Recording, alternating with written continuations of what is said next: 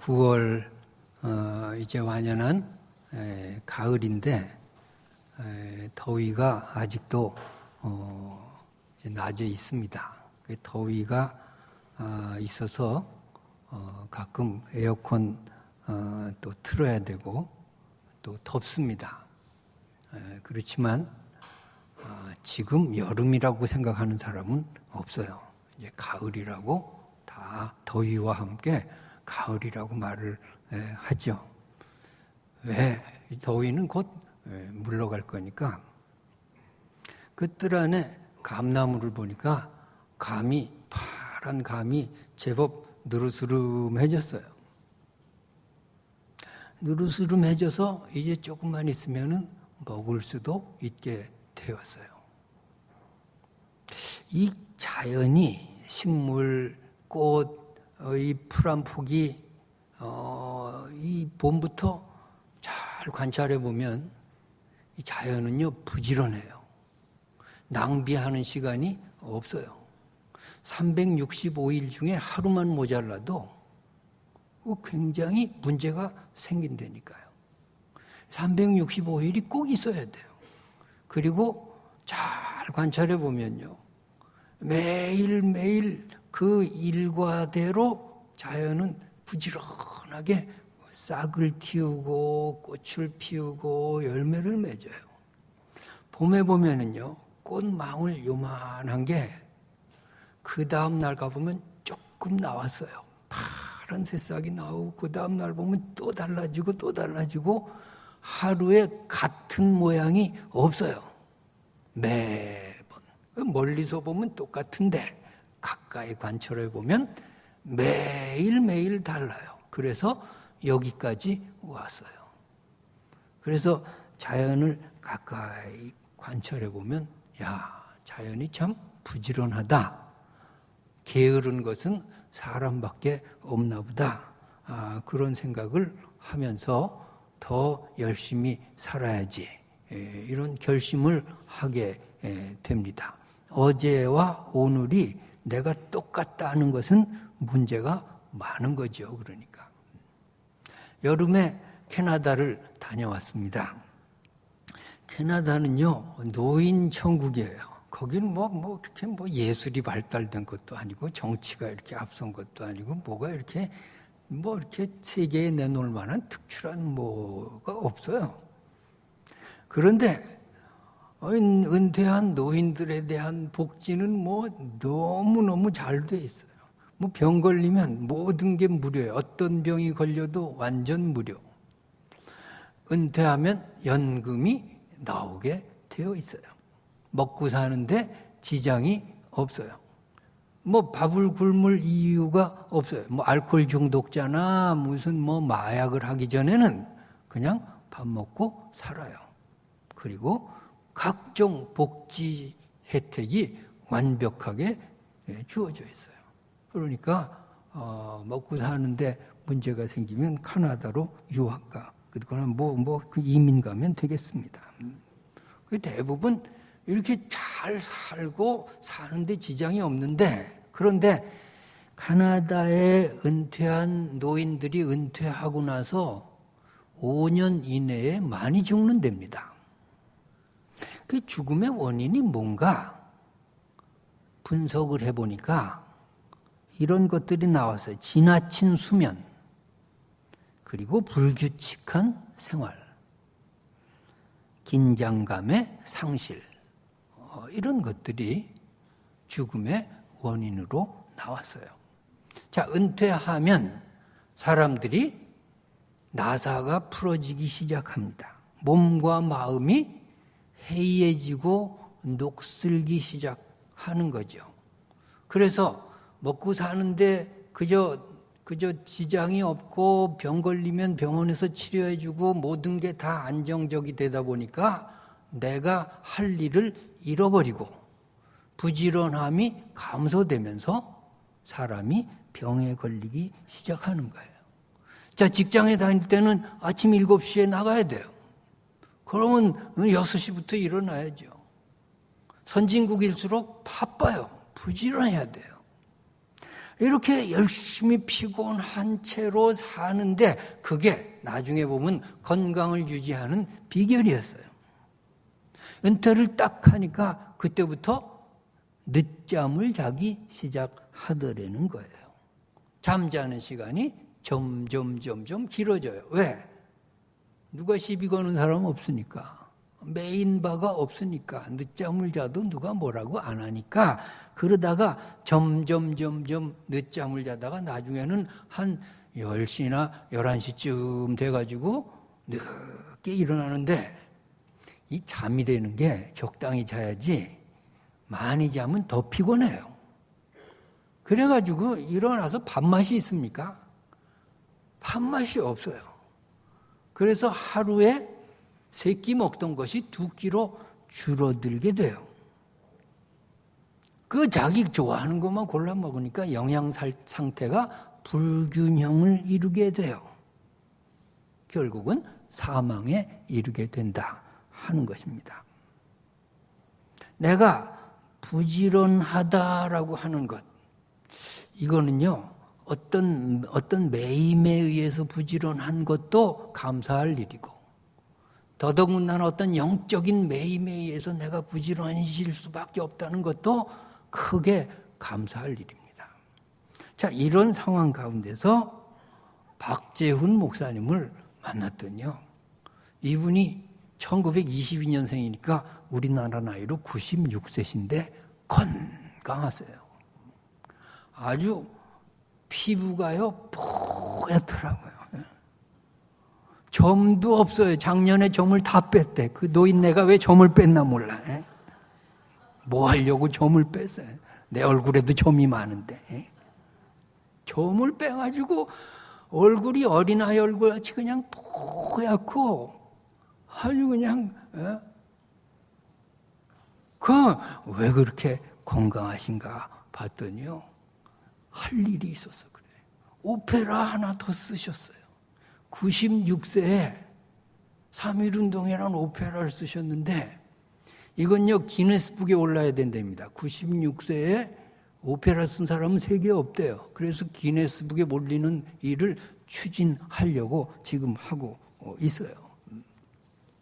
그럼 아직도 할 일이 남아 있어요. 그리고 영적으로 목사님이잖아요. 기도 생활하시고 그저 영적으로 예배 큰 오구에도 그저 예배 빠지지 않으시고 자기 하나님께로부터 부여받은 사명이 자꾸 가는 거라고 하고 이게 건강을 유지하는 비결이에요. 그 박재훈 목사님은 왼쪽 눈이 없어요. 실명이 돼가지고 한쪽 눈밖에 없으세요. 그런데 일을 하세요. 여기 성대에 하나가 나가버렸어요. 그 한쪽밖에 없어가지고서 이 울림이 한쪽밖에 없으니 허스키도 그런 허스키가 없어요. 가까이 가서 귀담아 듣지 않으면 무슨 말씀을 하시는지 전혀 못 알아먹어요. 거기다 전립선 암이 있어요. 약을 얼마나 많이 드시나 몰라요. 그런데도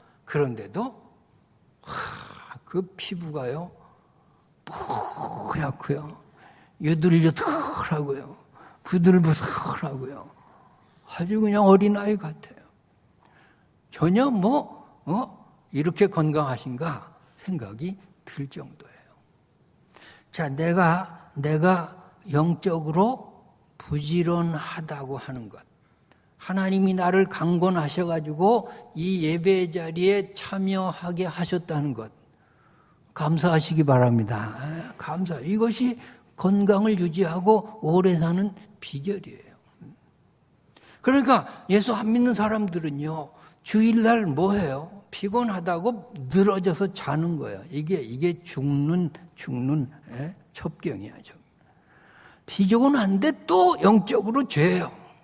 예배하라고 하는 거예요. 여기에 새로운 힘이 돋는 거예요. 새벽마다 새벽 기도회가 있어요. 새벽 기도회 나올 때는 힘들어요. 누구도 즐거운 마음은 없어요. 새벽 4시 반에 일어난다는 것이. 그러나 새벽 기도하면 새 힘을 공급받고 하나님 앞에 긴장감을 가지고서 기도하고요.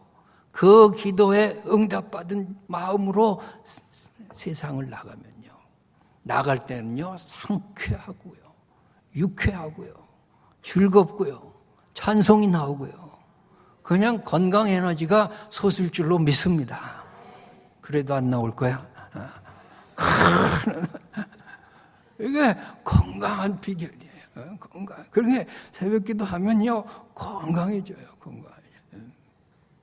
왜 하나님 앞에서 영적으로 내가 부지런하면 그게 오래 사는 비결이고 건강하게 사는 비결이에요.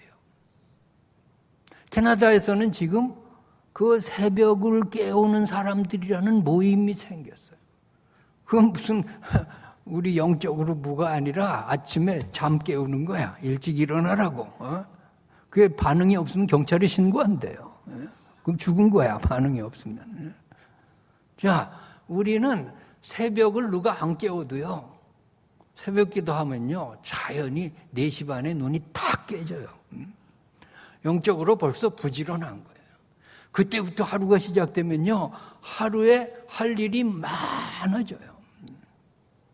게으르게 25시라는 소설이 있어요. 25시. 그런 건 현실에 없어요. 다 24시지 25시를 사는 사람은 없어요. 그런데 영적으로 부지런하면 1시간이 더 주어지고 2시간이 주어지고 10시간도 주어질 수 있어요. 누가 저보고 목사님은 그 많은 일을 언제 다 하세요? 나도 25시는 아니에요. 24시예요. 그런데 부지런하면 하루가 길어요. 근데 게으르면 하루가 아침 먹고 조금 있으면 밥 먹어야 돼. 점심 먹고 쪼영부영하면 저녁 먹어야 돼. 맨날 먹다 끝나요. 그러다가 뭐 하지 하다가 9월 왔어요. 나 이거 뭐 했나? 그리고 연말을 보니까 벌써 크리스마스가 가까워져 있어요. 크리스마스 트리 준비하시기 바랍니다. 이게 어영부영 해버리면요, 한 일이 없이 그냥 지나가는데 하루하루 영적으로 부지런하면 할 일이 많아요. 오늘 하루도 많고 연말까지 할 일이 많고요. 시간이 많아요. 부지런 자연처럼 하루하루가 할 일이 있고 과제가 있어야 돼요. 우리 육신이 게을러가지고 우리 육신의 생각을 따르고 육신의 쾌락을 따르면 내가 게을러질 수밖에 없어요. 그래서 매주 예배가 필요한 거예요. 예배를 통해서 하나님이 내게 주신 사명이 뭔가? 내가 오늘 할 일이 뭐지? 이번 주간에 내가 할 일이 뭐지? 점검하고 사명을 깨닫고 그렇게 사시기 바랍니다.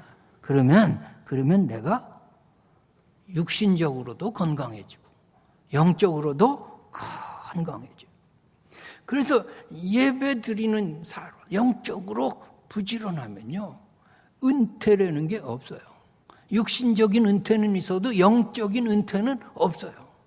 나이 들었다고 예배 참석 안 합니까? 예배의 은퇴가 없어요. 새벽 기도의 은퇴가 없는 거예요. 부지런하게 영적으로 내가 현역처럼 사는 거예요. 거기에 건강의 비결이 있어요. 축복의 비결이 거기에 있어요. 예배만 해도 바빠져요. 예배만 해도 규칙적인 생활을 살 수 있어요. 게다가 전도까지 하면요, 영적으로 바빠요. 우리 권인규 권사님은 새벽 기도도 빠지지 않고 그냥 전도대도 빠지지 않고 그렇게 부지런할 수가 없어요. 그러니까 건강하신 거예요. 게다가 또 기도 생활, 또 봉사 생활까지 하면요, 이건 내가 나태하고 게을러질 수가 없죠. 하나님이 우리에게 왜 열심을 내라고 할까? 우리의 유익을 위해서 하나님이 권하시는 축복인 줄로 믿습니다. 우리에게는 은퇴도 없고 죽음도 없어요. 그냥 열심히 살다가 천국 가는 거예요. 이게 엘리야가 보여준 승천이에요. 엘리야만 승천하나요? 여러분도 열심히 살다가 승천하시기 바랍니다. 여기서 살다가 그냥 하늘나라로 가는 거예요. 죽음이라고 하는 것은 그냥 하나의 과정이에요. 문지방 넘는 거예요. 우리에게 무슨 죽음이 슬픈 것도 아니고 아무것도 아니에요. 엘리야 마지막 순간, 엘리사와 이 마지막 순간에 엘리야는 바빠요. 길갈에서부터 출발을 합니다. 길갈에서 출발해가지고 베델로 갔다 여리고로 갔다 요단으로 가는 거예요. 길갈은 무엇이고 베델은 무엇이고 여리고는 무엇이고 요단은 뭐예요? 길갈이 뭐냐? 길갈이 바로 구원받은 감격을 말해요. 여호수아 5장 9절에 보면 길갈을 이렇게 표현하고 있어요. 여호와께서 여호수아에게 이르시되 내가 오늘 애굽의 수치를 너희에게서 떠나가게 하셨다 하셨으므로 그곳 이름을 오늘까지 길갈이라 하느니라. 여러분, 애굽의 수치를 떠나가게, 애굽에서 해방된 것을 말해요. 길갈의 의미는 애굽에서의 해방이에요. 우리식으로 하면 죄로부터의 해방이에요. 구원받은 감격이에요. 여러분 언제 예수님을 만났나요? 언제 구원받은 감격이 있나요? 언제 여러분이 거듭남의 사건이 있었나요? 언제 눈물 콧물 흘리면서 주님 영접한 일이 있었나요? 바로 거기가 길갈이에요. 그것으로부터 다시 출발하는 거예요. 엘리야는 다시 길갈로 가서 거기서부터 엘리사를 가르치는 거예요. 거기서부터 이제 천국 갈 준비를 하는 거예요. 여러분, 항상 우리의 신앙의 출발점은 길갈이 되어야 돼요. 예수님 만난 그 사건, 거듭남의 사건, 은혜 받은 그 사건, 임직받은 사건, 그 초심으로 돌아가시기 바랍니다. 주께서 죄 많은 나를 구원하셔서 하나님의 자녀로 삼았다는 그 감격으로부터 오늘 하루가 출발해야 되겠습니다. 내가 죄악 중에 지옥불에 떨어져야 되는데 하나님께서 나를 강권적으로 구원해 주셔서 하나님의 자녀로 삼았다라고 하는 그 감격으로 하루를 시작하면 하루에 할 일이 너무 많아요. 주님을 위해서 내가 헌신할 일이 너무 많아요. 내가 하나님을 위해서 가만히 있을 수가 없어요. 바쁜 거예요. 그 감격으로 살 때 나는 죽음의 권세가 두렵지 않은 거예요. 길갈에서 출발하는 거예요. 길갈에서 출발해서 어디로 가요? 베델로 가는 거예요. 베델이 뭔데요? 그 하나님의 집이에요. 베트는 집이고 엘은 하나님이에요. 하나님의 집, 성전, 성전에서 사는 거예요. 구원받은 감격이 있는 사람은 성전에 모이는 거예요. 예배가 소중해지는 거예요. 항상 내 마음에 주님을 모시고 사는 거예요. 여기 주일날 예배에 모이는 것도 베델이지만 내 마음에 하나님을 모시고 한 주간 내내 살아가는 것이 베델의 생활이에요. 여러분, 구원받은 감격을 가지고 주님 모시고 베델의 생활을 사시기 바랍니다. 그래서 항상 주님 모시고 항상 예배하고 항상 주님과 동행하고 항상 주님의 전에서 즐거워하고 주님의 전에서 은혜 받으시기 바랍니다. 하나님을 모시고 살 때 두려움이 없어요. 근심이 없어요. 염려가 없어요. 세상의 풍파가 우리를 위협하지 못해요. 하나님의 전에 있는데 마귀가 나를 어떻게 하겠어요? 베델의 생활을 사시기 바랍니다. 베델의 생활을 사는 거예요. 이 광야에서도 베델의 생활을 사니까 만나를 먹이시고 메추라기를 먹이시고 불기둥과 구름기둥으로 인도하시잖아요. 우리 광야 같은 세상에서 베델에 거할 때, 하나님의 집에 하나님과 함께 거할 때 이러한 축복을 받을 줄로 믿습니다. 그 다음에 어디로 가요? 여리고로 가는 거예요. 여리고의 이미지는 뭔가요? 강도를 만났어요. 여리고에서. 여리고 견고한 성이 무너지는 거예요. 사망의 음침한 골짜기예요. 여리고는요 아주 저지대예요. 여리고 사건이 있다니까요. 베델의 생활을 하는데 하나님 모시고 신앙생활 잘하는데도 근심의 폭풍이 닥치고 환란이 닥치고 감당하지 못할 시련이 있어요. 그 여리고를 통과하는 거예요. 엘리야가 그 여리고를 통과하는 거예요. 여러분, 예수 잘 믿는다고 신앙생활 잘 한다고 만사 형통하나요?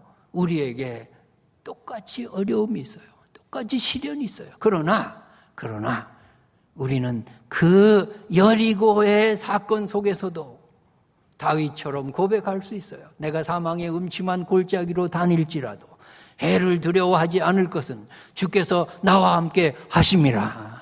주의 막대기와 지팡이가 나를 안위하시나이다. 내 잔이 넘치나이다. 여러분, 여리고 사건이 있다니까요. 그건 당연한 거예요. 이상하게 생각하지 마세요. 베델의 생활을 살면서 여리고로 갈 줄 알아야 돼요. 그래서 시험을 통과하고 불시험을 통과하고 그가 나를 단련하신 후에 내가 정금같이 나오리라, 그런 고백을 할 수 있어야 돼요. 하나님이 사랑하시는 자에게 시험을 주시고 연단을 주시고 더 강한 믿음의 사람으로 세워주실 줄로 믿습니다. 그래서 여리고로 가는 거예요. 여리고로. 엘리사를 데리고 여리고로 가는 거예요. 엘리사가 누구예요? 저와 여러분이에요. 엘리야가 우리를 데리고 여리고를 통과하게 만드는 거예요. 그 다음에 어디로 가요? 요단으로 가는 거예요. 요단이 뭔데요? 요단은 기적의 현장이에요. 물이 갈라지고 마른 땅같이 지나가는 거예요. 그곳에 하나님의 역사가 있어요. 정금같이 연단된 믿음의 사람들 앞에 홍해가 갈라질 줄로 믿습니다. 요단강이 갈라질 줄로 믿습니다. 여리고성이 무너질 줄로 믿습니다. 물이 갈라지는 거예요. 엘리야의 하나님 여호와는 어디 계십니까? 엘리야의 하나님 여호와. 엘리사가 그 여호와를 외치는 거예요. 그 하나님 여호와, 오늘 저와 함께 계셔 주십시오. 제 앞에 요단강도 갈라지게 해 주십시오. 그냥 갈라지고 마는 거예요. 이것이 바로 우리의 믿음 생활인 줄로 믿습니다. 엘리야는 죽음을 몰라요. 엘리야는 그냥 천국으로 가는 거예요. 마지막 순간까지. 그러니까 그 부활의 에너지로, 천국의 에너지로 살다가 그냥 가는 거예요. 죽음을 생각하면 비참해지기 시작해요. 은퇴라고 생각해서 모든 것이 나태해져 버리면 그냥 죽는 거예요. 몸도 죽고 영혼도 죽는 거예요. 우리에게 죽음은 없어요. 우리는 그냥 이 땅에 살다가 천국 시민이 될 줄로 믿습니다. 천국의 부활을 신앙이 뭐예요? 죽음을 인정하지 않는 거예요. 마귀의 권세를 그냥 무시해버리는 거예요. 마귀가 나를 위협하는 것을 그냥 예수 그리스도의 이름으로 선언해버리는 거예요. 그래서 우리가 엘리야의 그 모형대로 사는 거죠. 엘리야가 승천한 게 아니라 우리도 승천하고요. 우리도 여기서 살다가 바로 천국 시민이 될 줄로 믿습니다. 그렇습니다. 그래서 우리가 정말 하나님을 믿는다면 하나님 앞에서 우리가 부지런해야 돼요. 우리의 마지막 순간까지 할 일이 많아야 돼요. 왜? 죽음의 그림자가 우리에게는 없기 때문이에요. 엘리야는 예수님의 그림자로 나타났어요. 예수님이 실체예요. 예수님 오시기 전에 엘리야가 먼저 오리라고 예언을 자꾸 하세요. 엘리야가 오리라는 말이 뭘까요? 엘리야를 기억하면서 예수님을 생각하라는 거예요.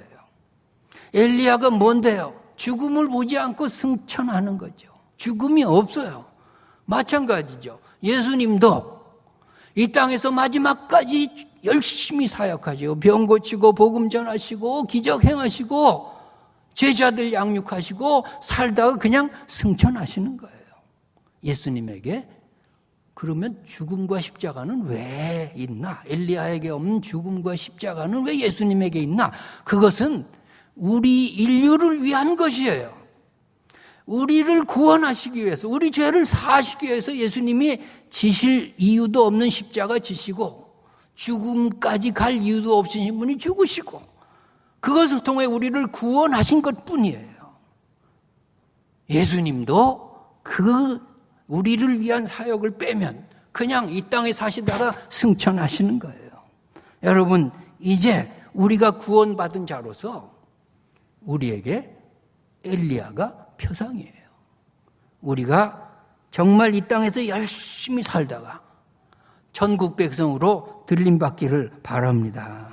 그래서 요한복음 11장 25절 26절에는 죽음을 인정하지 않아요. 우리 요한복음 11장 25절 26절 다 같이 읽겠습니다. 예수께서 이르시되 나는 부활이요 생명이니 나를 믿는 자는 죽어도 살겠고 무릇 살아서 나를 믿는 자는 영원히 죽지 아니하리니 이것을 내가 믿는다. 부활이요 생명신앙이 뭐예요? 여기서 살다가 그냥 들림 받는 거예요. 죽어도 사는 거예요. 죽는 게 아니라 그냥 사는 거라니까요. 이게 엘리야의 모습이에요. 엘리야의 삶이 곧 저와 여러분의 삶인 줄로 믿습니다. 여기서 살다 그냥 승천하는 거예요.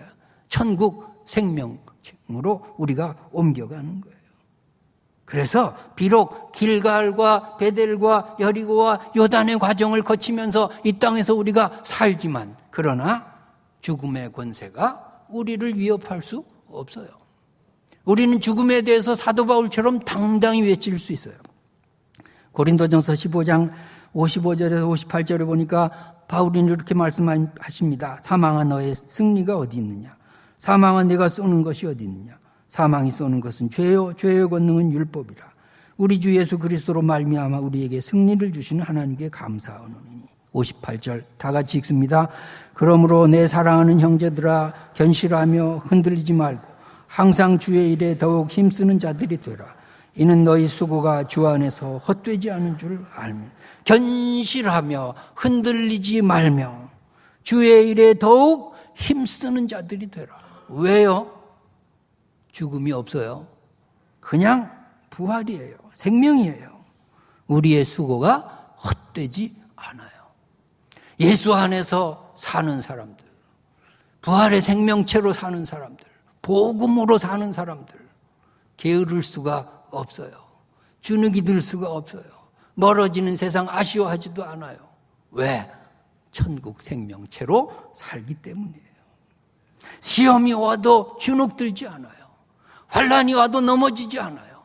왜? 예수 그리스도의 권세가 내 안에 있기 때문이에요.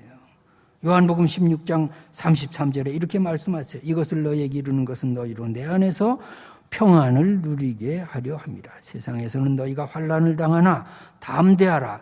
내가 세상을 이겼노라. 여러분, 이 평안이 저와 여러분에게 항상 있기를 주님의 이름으로 축복합니다.